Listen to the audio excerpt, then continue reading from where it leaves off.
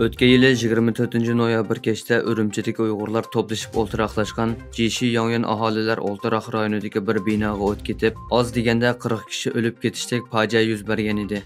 Ma'lum bo'lishicha, bu o't ofatida o't 15-qavatdan boshlanib, 19 va 20-qavatlargacha tutashgan. O't 3 soatdan ortiqroq vaqtda aran o'chirilgan. Xitoy doiralari ayni vaqtda bu fojiada qazo qilganlarning sonini 10 kishi deb e'lon qilgan edi.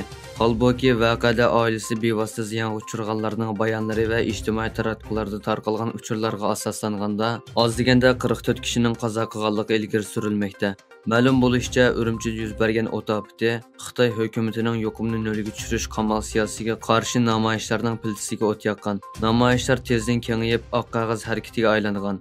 Beijing va Shanxay qatorliq shaharlarda qamal cheklimasiga, shundaqla hukumatning munosabatli siyosatlariga qarshi keng ko'lamli namoyishlar yuz bergan. Bu o't ofatining 1 yillik munosabati bilan Uyg'ur faoliyatchilar va tashkilotlar bayonot e'lon qilib, Xitoy doiralarini bu ofatda ziyonkashish uchirg'uvchilarning kimligini oshkorlashga chaqirdi va Xitoyning bu voqeadagi mas'uliyatining surishtirib qilinishi kerakligini ta'kidladi.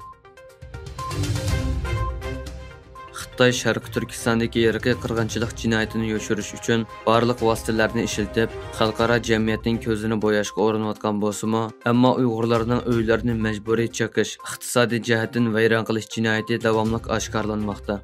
Lager shohidi Zumrat Davud xonim 24-noyabr Facebookda ham baharlagan bir sen Xitoyning yillardan beri davom qilayotgan Uyg'urlarning uylarini majburiy chekish jinoyatini davomlashtirayotganligini isbotlab berdi.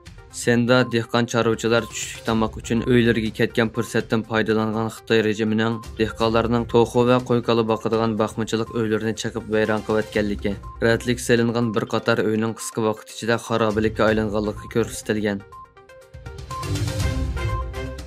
Xitoy Energiya idorasi Sharq Turkistondagi tabiiy boyliqlarni bulang-talang qilishni davomli kengaytgan bo'lib, yaqinda Sharq Turkistonda yangidan 2 ko'mir kon turini tasdiqlagan. Xitoy tashviqot organi Xalq to'rining 21-noyabr xabar qilishicha, Xitoy Energiya idorasi yaqinda Sharq Turkistonda yangidan 2 ko'mir kon turini tasdiqlagan bo'lib, ular Kebur Shorkan rayoni 12-nomerli ko'mir koni va Yangsar rayoni Kadash rayoni 1-nomerli ko'mir koni ekan. Bildirilishicha, Kebur Shorkan rayoni 12-nomerli ko'mir konining qurilish ko'lami yilga 1.500.000 tonna bo'lib, bu turning o'rni To'qson nahiyasi bo'shi ko'mir konchilik taraqqiyot cheklanish shirkati ekan. Yangsar kon rayoni Kadash rayoni 1-nomerli ko'mir konining qurilish ko'lami yilga 1.200.000 tonna bo'lib, qurilish o'rni Bigur nahiyasi ekan. Amerika tamojnasi Uyg'ur majburiy emgikiga qarshi Xitoyga qo'shni davlatlarning mahsulotlarini texnik qattiq tekshirishga boshladi. Amerika ovozining 22-noyabr xabar qilishicha, Amerika tamojnasining eng yangi sonliq ma'lumotlarda ko'rsatilishicha, 9-oyda Malayziya va Vyetnamning quyosh energiyalik batareya taxtasi va mikro o'zaklarni asos qilgan 74 million dollarlik elektronlik mahsulotining Amerikaga kirishi rad qilingan bo'lib, buning orasida Uyg'ur majburiy emgiki vositasi bilan ishlab chiqarilgan zapchastlarning bor yo'qligi tekshirilmoqda ekan. 2022 yılı 6. aydan boshlab Amerika Uyg'ur majburiy emgikini cheklash qonunini rasmiy ijro qilib, Xitoyning Sharq Turkistondagi jinoiy qilmish to'g'risida texnik qattiq belgilama yo'lga qo'ygan edi.